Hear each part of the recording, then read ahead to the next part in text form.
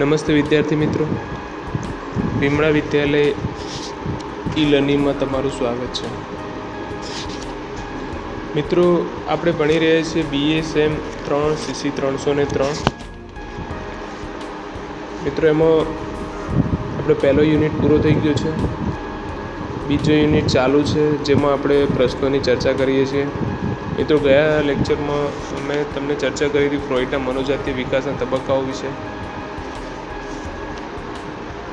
અને મિત્રો, આજે આપણે જે પ્રશ્નની ચર્ચા કરવાના છીએ તે છે બાળ વિકાસનો સામાજિક અને બોધાત્મક સિદ્ધાંત. તો મિત્રો, બાળ વિકાસનો સામાજિક અને બોધાત્મક સિદ્ધાંત શું છે? આજના આ લેક્ચરમાં આપણે સંપૂર્ણ લેક્ચરમાં આપણે એના વિશે આખો એક પ્રશ્ન તૈયાર કરીશું. અને જે મિત્રો હું આ પ્રશ્ન ચલાવું છું એ પ્રશ્ન જનરલ ક્વેશ્ચન છે. આ બીજા યુનિટમાંથી જે પ્રશ્નો પૂછાઈ શકે છે એ પ્રશ્નો હું તમને સમજાવી રહ્યો છું. મિત્રો, પ્રશ્નો બહુ સરળ છે અને થોડુંક સમજવાથી તમને ખ્યાલ આવી જશે. એમ છતાં મિત્રો, તમારે થોડી વાંચવાની અને સમજવાની કોશિશ જાતે જ કરવી પડશે. મિત્રો, હું જે બોલું છું એ સ્પીડથી નથી બોલતો, બિલકુલ સ્લોલી બોલીશ, જેથી કરીને તમે લખી શકો, સમજી શકો. કોલેજો સ્ટાર્ટ થશે, જો દિવાળી પછી પોસિબલ છે તો થઈ જાય તો આપણે આને ફરીથી એક વખત પ્રશ્નો જોઈ લઈશું. પણ મિત્રો, સમયનો એટલો અભાવ છે કે બીજા ઘણા બધા લેક્ચરો એકસાથે લેવાના હોવાથી તમને જે કન્ટેન્ટ જેટલું ડીપલી સમજાવી શકાય છે એટલું સમજાવી શકાતું નથી. તો મિત્રો, થોડો સહકાર આપો અને હું જે સમજાવું છું તેને સમજી લો, સમજવાનો પ્રયત્ન કરજો અને તમે જાતે બી આને નોંધી અને જાતે સમજી શકો છો. મિત્રો, આજે આપણે જે ચર્ચા કરીશું એ બાળ વિકાસનો સામાજિક અને બોધાત્મક સિદ્ધાંત છે. તો મિત્રો, પહેલી છે આપણે આમાં પ્રસ્તાવના સમજીશું. સામાજિક બોધાત્મક દૃષ્ટિકોણ એક વિશાળ પદ છે. તેમાં વાર્તનિક, સામાજિક, બોધાત્મક સિદ્ધાંતોનો સમાવેશ થાય છે. મિત્રો, સામાજિક અને બોધાત્મક સિદ્ધાંતનો અર્થ થાય, સામાજિકનો મતલબ થાય છે સમાજલક્ષી, સોશિયોલોજી મતલબ કે સમાજના દૃષ્ટિકોણથી બાળકનો વિકાસ કેવી રીતે થતો હોય છે. પછી બોધાત્મક એટલે એ પ્રમાણે એની બુદ્ધિનો કેવો વિકાસ થતો હોય છે, કેવી રીતે એ બાળક સમાજ સાથે પોતાનું એડજસ્ટમેન્ટ દર્શાવે છે, એડજસ્ટ થાય છે, એના વિશે આપણે આમાં સમજવાનું છે.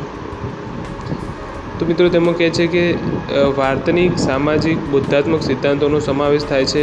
શરૂઆતના વાર્તનિક મનોવૈજ્ઞાનિકો પ્રયોગશાળા ઉપર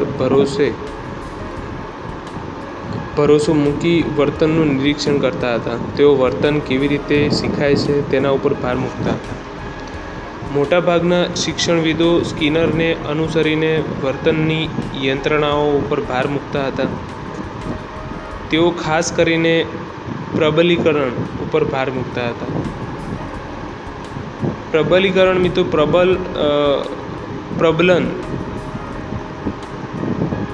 પ્રબલન એટલે મેં તમને સમજાવ્યું છે કે રિવોર્ડ, કંઈક સારું વર્તન કરો તો એમાં તમને કંઈક ગિફ્ટ મળે અને ખરાબ વર્તન કરો તો સજા મળે. એટલે પહેલાં વર્તન કેવી રીતે શીખાય એના માટે ખાસ આ પ્રબલીકરણના સિદ્ધાંત ઉપર ભાર મૂકાતો હતો. તાજેતરમાં શિક્ષણના ખ્યાલો વિસ્તૃત બન્યા છે.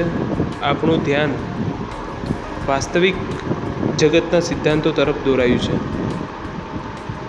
આ પ્રક્રિયામાં બોધાત્મક મનોવિજ્ઞાનનું પ્રદાન મહત્ત્વનું છે. વ્યક્તિ અને વાતાવરણ વચ્ચેની આંતરક્રિયા મહત્ત્વની બની છે. એ જ રીતે બોધાત્મક શક્તિઓ પ્રત્યે ધ્યાન કેન્દ્રિત કરવાનું આવ્યું છે. મિત્રો, હવે પ્રસ્તાવના આપણે પૂર્ણ થઈ. હવે જોઈએ બાળ વિકાસનો સામાજિક અને બોધાત્મક સિદ્ધાંત શું છે. તો મિત્રો, એમાં છે નિરીક્ષણાત્મક સિદ્ધાંત.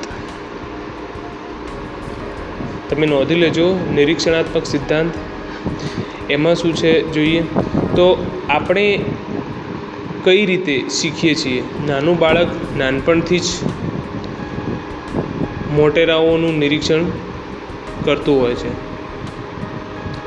મિત્રો આમાં થોડીક ડ્રાફ્ટિંગ મિસ્ટેક છે. નાનું બાળક નાનપણથી જ મોટા લોકોનું નિરીક્ષણ કરતું હોય છે. નાની જીયા પોતાની માતાને રોટલી વણતી જોઈ પોતાના ઓરસિયા વેલણ લઈ રોટલી વણવા બેસી જાય છે. કેટલીક પ્રવૃત્તિઓમાં વિદ્વાનો અનુકરણને મરણ કહે છે. મિત્રો આ એટલે કે નાનું બાળક છે, તમે જે કંઈ પણ પ્રવૃત્તિ કરતા હશો તો તમને જોઈને એ પણ એ રીતે કરવાનો પ્રયત્ન કરશે. એટલે કે નિરીક્ષણાત્મક સિદ્ધાંત છે. નિરીક્ષણનો મિત્રો અર્થ થાય છે નિરીક્ષણ કરવું, જાતે જોઈ અને સમજવું. તો આમાં એ સમજાવે છે કે નાની જીયા એક એક્ઝામ્પલ આપ્યું છે કે જીયા પોતાની માતાને રોટલી વણતી જોઈ પોતે પણ ઓરસિયું વેલણ લઈ રોટલી વણવા બેસી જાય છે. કેટલાક વિદ્વાનો અનુકરણને મરણ કહે છે, પણ અનુકરણની શરણે થયા વિના છૂટકો જ નથી. અનુકરણ એટલે બીજા કરે તેમ કરવું. એકબીજાના અનુકરણથી આખી દુનિયા ચાલે છે. આલ્બર્ટ બાંડુરા તથા અન્ય દર્શાવ્યું છે કે આપણું મોટાભાગનું વર્તન નિરીક્ષણાત્મક વર્તન દ્વારા શીખાય છે. નાનું બાળક નાનપણથી જ મોટાઓનું નિરીક્ષણ કરતું હોય છે. તેમાં બદલો કે પ્રબલીકરણ સીધી રીતે સંકળાયેલા હોતા નથી. આવું નિરીક્ષણ 4 અંગભૂત ઘટકો ઉપર આધારિત હોય છે. મિત્રો એક બીજા મનોવૈજ્ઞાનિકનું અહીંયા નામ આવ્યું છે આલ્બર્ટ બાંડુરા. તે વિકાસના સિદ્ધાંતો શું છે, નિરીક્ષણના સિદ્ધાંતો શું છે, એમાં એ સમજાય છે કે આપણું વર્તન મોટા ભાગનું વર્તન નિરીક્ષણાત્મક વર્તન છે. નિરીક્ષણાત્મક એટલે એમનું એ એવું સમજાવવા માગે છે કે આપણે જે પણ વર્તન કરીએ છીએ એમાં મોટા ભાગનું વર્તન આપણે જે કરીએ છીએ બીજા દ્વારા શીખાયેલું છે. મતલબ કે બીજાને જોઈને આપણે એવું વર્તન કરીએ છીએ. મિત્રો આ વાત તો બિલકુલ સાચી અને આપણે સમજવી જ જરૂરી છે કે આપણું જે બી વર્તન છે એ આપણા માતા પિતા દ્વારા, આપણી આસપાસના લોકો દ્વારા, આપણા સમાજ દ્વારા, આપણી સંસ્કૃતિઓ દ્વારા આપણે શીખીને કરતા હોઈએ છીએ. અરે મિત્રો એમાં જ આપણું હિત હોય છે, કારણ કે જે સમાજ કે સોસાયટી વિરુદ્ધનું વર્તન આપણે કરીશું તો આપણે અસાધારણ વર્તનમાં આવીશું. અને અસાધારણ વર્તનનું મતલબ છે સાયકો થવું કે માનસિક રીતે બીમાર થવું. એટલે કે મિત્રો આપણે એ વર્તન જે કરીએ છીએ એ આપણે શીખેલું હોય છે. મોટા ભાગનું વર્તન, અમુક વર્તન આપણા અંદર જે આપણો સ્વભાવ છે એના દ્વારા થતું હોય છે. તો મિત્રો એ કહે છે કે શિક્ષણ 4 અંગભૂત ઘટકો ઉપર આધારિત છે. શિક્ષણનો અર્થ થાય છે વર્તનને બીજા દ્વારા શીખવું. બીજું જે કરે છે એ કઈ રીતે કરે છે એ શીખવું. એના મિત્રો 4 અંગભૂત ઘટકો છે જેના ઉપર આપણે વર્તન શીખીએ છીએ. તો એ કયા ઘટકો છે એ જોઈએ. તો મિત્રો પહેલો એનો ઘટક છે ધ્યાન, બીજું છે ધારણ, ત્રીજું છે પુનઃ ઉત્પાદન અને ચોથું છે પ્રેરણા. આ 4 જે તબક્કા છે મિત્રો, આ જે 4 અંગભૂત ઘટકો છે એ ઘટકોના ઉપયોગથી એ ઘટકો પ્રમાણે આપણે કોઈનું વર્તન કોપી કરીએ છીએ, શીખીએ છીએ. કેટલીક વાર આપણું વર્તન સંકુલ એવી કારક પ્રવૃત્તિઓથી પ્રેરાય છે, જેમ કે કાર ચલાવીને બેડમિન્ટન રમવું. આવા સમયે આપણે કાર્ય સાથે સંકળાયેલા ઘટકોની સાથે સંલગ્ન થઈ જઈએ છીએ. તેમાં નિરીક્ષણ ખાસ જોઈએ, જેમાં ચોક્કસ પ્રકારનું નિરીક્ષણ અને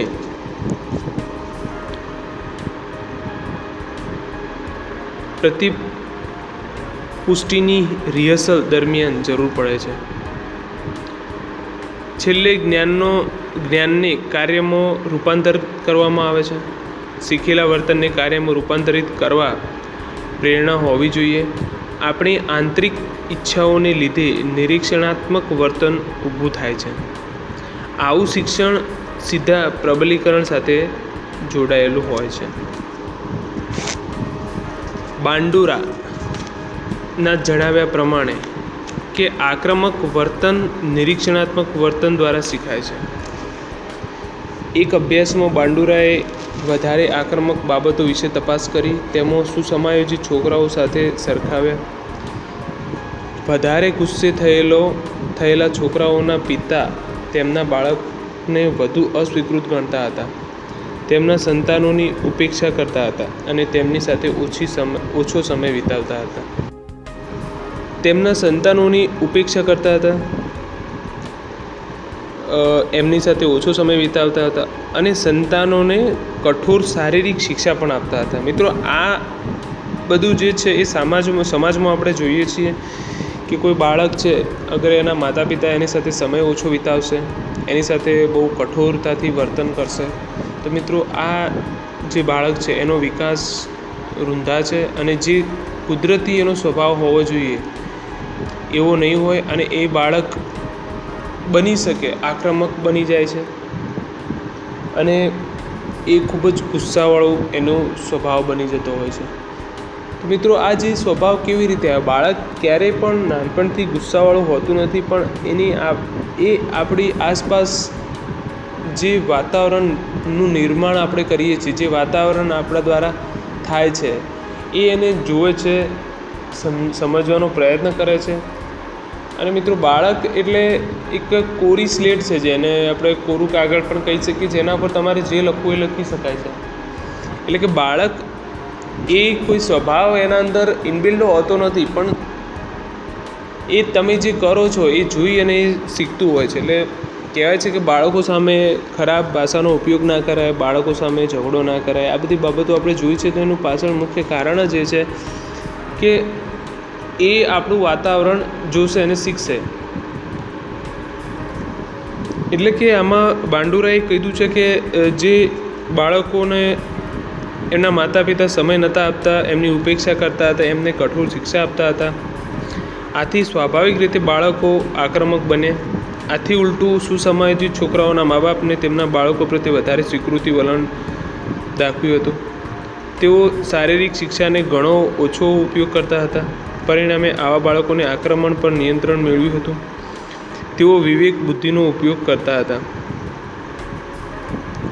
બાંડુરાએ જોયું કે એકવાર લક્ષણ કે વર્તન શીખી લેવાય તો બધી જ પરિસ્થિતિઓમાં એકરૂપતા દર્શાવવી જરૂરી નથી. બાળકની આક્રમકતાને કેટલો બદલો મળે છે તેના આધારે બાળક આક્રમક વર્તન કરવાનું શીખે છે. સમાજમાં આક્રમક થવાનું કેટલું મૂલ્ય છે તે મહત્ત્વનું છે. એટલે કે એક વ્યક્તિ રમતગમતમાં આક્રમક હશે પણ વર્ગમાં આજ્ઞાંકિત વિદ્યાર્થી હશે. એટલે મિત્રો, આમાં બદલાની વાત કરી છે, એટલે કે પ્રબલનનો સમજાવે છે કે બાળક જે વર્તન કરે છે, અગર એને રોકી દેવામાં આવે તો એમાં પરિવર્તન આવે છે અને એની સાથે સારી રીતે વાતચીત કરવાથી પણ એના અંદર બદલાવ આવતો હોય છે.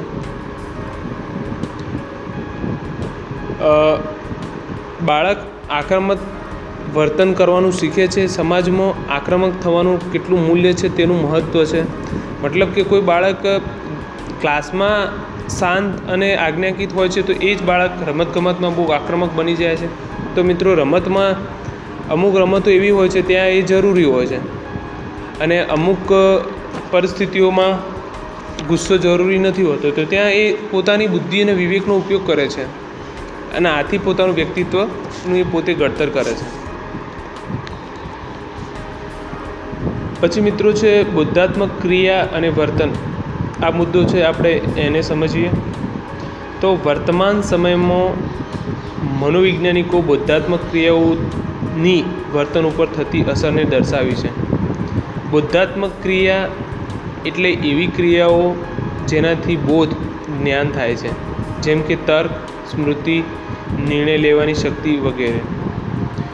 મૂળભૂત રીતે બૌદ્ધાત્મક ક્રિયા માહિતી પ્રક્રિયાકરણ સાથે સંબંધ ધરાવે છે. તેમાં ઘણી પ્રક્રિયાઓનો સમાવેશ થાય છે, જેમ કે પસંદગીયુક્ત ધ્યાન, માહિતી મેળવવી, સ્મૃતિ વગેરે.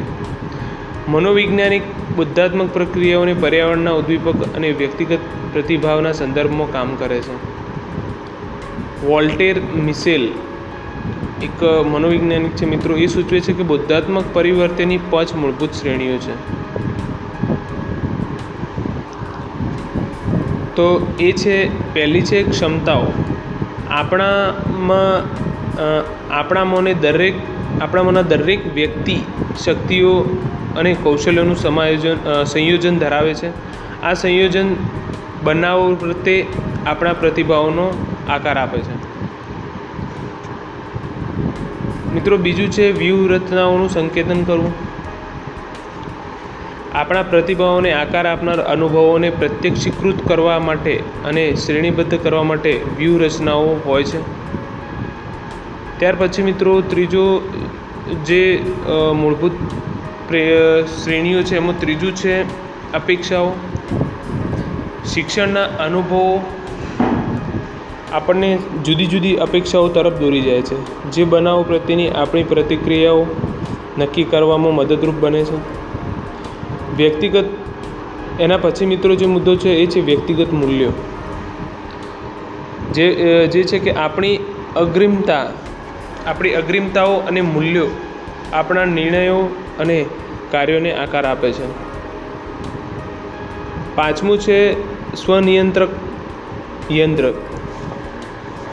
આપણે આપણા આયોજનનો, ધ્યેયો, વ્યૂહરચનાઓની ઘડી શકીએ છીએ. આ બાબતો આપણામાં વર્તનને અસર કરે છે. તો મિત્રો આ જે 5 તબક્કાઓ હતા એ તમે નોંધી લેજો. પછી મિત્રો કહે છે કે આપણે એક સંકુલ અને સક્રિય વ્યક્તિઓ છીએ. આપણું વર્તન સંકુલ પરિવર્તિઓ દ્વારા અસર પામે છે. બાંડુરાના શિક્ષણના જુદા જુદા ઘટકો વચ્ચે આંતરક્રિયા પરસ્પર નિયતિવાદ તરીકે ઓળખાય છે. જેમ કે આપણી ખોરાકની ટેવો ઉપર કુટુંબની અસર પડે છે. આને વાતાવરણનું ઘટક કહેવાય છે, જેના ઉપર ભૂતકાળના વ્યક્તિગત ઘટકોની અસર થાય છે. આને વ્યક્તિગત બોધાત્મક ઘટક ગણાય છે. આ બધી અસરોની પરસ્પરની છે. આવો દૃષ્ટિકોણ શિક્ષણ કરતાં માનવ અસ્તિત્વની વધારે સમૃદ્ધ, વધારે વાસ્તવિક સમજણ આપે છે. મિત્રો ત્યાર પછી જે મુદ્દો છે એ મૂલ્યાંકન છે.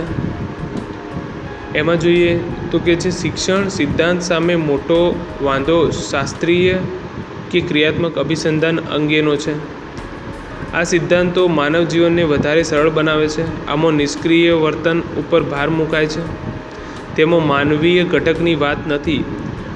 આમ છતાં બોધાત્મક ઘટકો ઉપર ભાર મૂકવાને લીધે તેમની સૌથી વધુ ટીકા થઈ છે. બોધાત્મક મનોવૈજ્ઞાનિકોએ આનુભવિક પદ્ધતિમાં સમાધાન કર્યું છે, જેથી તેઓ ચુસ્ત માનવવાદીઓ દ્વારા ટીકાપાત્ર બન્યા. શિક્ષણ સિદ્ધાંતનો સૌથી મોટો ફાળો મનોવિજ્ઞાનને વિજ્ઞાન બનાવવામાં છે. તેઓ માનવ વર્તનના વૈજ્ઞાનિક અભ્યાસને નવો યશ આપ્યો છે. છેલ્લે સામાજિક શિક્ષણનો દૃષ્ટિકોણ પરિસ્થિતિના ઘટકોની યાદ આપે છે. વર્તન એ આંતરિક સંસ્કારોની આંતરક્રિયા અને વાતાવરણની અસરોના મહત્ત્વને સ્પષ્ટ કરે છે. મિત્રો ત્યાર પછીનો જે મુદ્દો છે એ છે તમારી જાતને લાગુ પાડવું.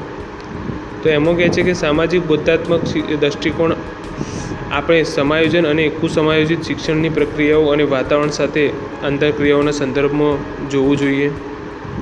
ભૂતકાળનો અનુભવ આપણા વર્તમાન કાર્યને અસર કરે છે, પરંતુ આપણું જીવન નક્કી કરતું નથી. આપણા વર્તમાન સમાયોજનને બાળપણની શિક્ષણ પ્રક્રિયા સુધારે છે. સામાજિક બોધાત્મક શિક્ષણ વિશે વાતાવરણ અને વર્તમાન પરિસ્થિતિ મહત્ત્વ ઉપર ભાર મૂકે છે. બીજાને મૂલવવામાં તેના સંજોગોને ધ્યાનમાં લેવા જોઈએ. તેમાં પ્રેરણાનો વાંક કાઢવો ખોટો છે. માનવી માત્ર શ્રેષ્ઠ સમાયોજન માટે મથે છે. સામાજિક અને બોધાત્મક પરિપ્રેક્ષ્યના મતે માણસે પોતાની ક્ષમતાઓને વધારવાની તથા સમસ્યાઓને પહોંચી વળવાના કૌશલ્યમાં વધારો કરવો જોઈએ. તેમાં પરિવર્તન શક્ય છે. તો મિત્રો આપણે જોયું કે સમાયોજન અને વિકાસ સાથે સામાજિક બોધાત્મક અભિગમ ગાઢ રીતે સંકળાયેલો છે. તેમાં સામાજિક બોધાત્મક ખ્યાલમાં વાર્તનિક સામાજિક અને બોધાત્મક ખ્યાલનો સમાવેશ થાય છે. તો મિત્રો આજના લેક્ચરમાં આપણે માહિતી મેળવી કે બાળ વિકાસનો સામાજિક અને બોધાત્મક સિદ્ધાંત શું છે. તો મિત્રો આપણે એમાં જોયું કે નિરીક્ષણાત્મક સિદ્ધાંત સમજ્યા, જેમાં બાંડુરાએ કહ્યું છે કે આપણું જે પણ વર્તન છે એ બીજા દ્વારા કોપી કરેલું છે, મતલબ કે બીજો જે કરે છે એ પ્રમાણે આપણે એમને જોઈને કરેલું છે, એટલે કે શીખેલું છે બીજા દ્વારા. બીજાના વર્તનને જોઈને આપણે વર્તન કરીએ છીએ. ત્યાર પછી આપણે જોયું કે બોધાત્મક ક્રિયા અને વર્તન, જેમાં ક્ષમતાઓ, વ્યૂહરચનાઓ, સંકેતાંકન કરવું, અપેક્ષાઓ, વ્યક્તિગત મૂલ્યો, સ્વનિયંત્રિત યંત્ર આપણે જોયું. ત્યાર પછી જોયું કે મૂલ્યાંકન શું છે અને તમારી જાતને લાગુ પાડો. તો મિત્રો આ તમે જે લેક્ચર સાંભળ્યું એને તમે તમારી નોટબુકમાં નોંધી લેજો, અને પરીક્ષાના દૃષ્ટિકોણથી મિત્રો આ રીતે જ આપણે મુદ્દાઓને સમજીને લખવા પડે. તો મિત્રો આશા રાખું છું કે મેં તમને સમજાવ્યું એમાં તમે સમજ્યા હશો. મિત્રો હવે નેક્સ્ટ લેક્ચરમાં આપણે માહિતી મેળવીશું કે બાળ વિકાસ માનવવાદી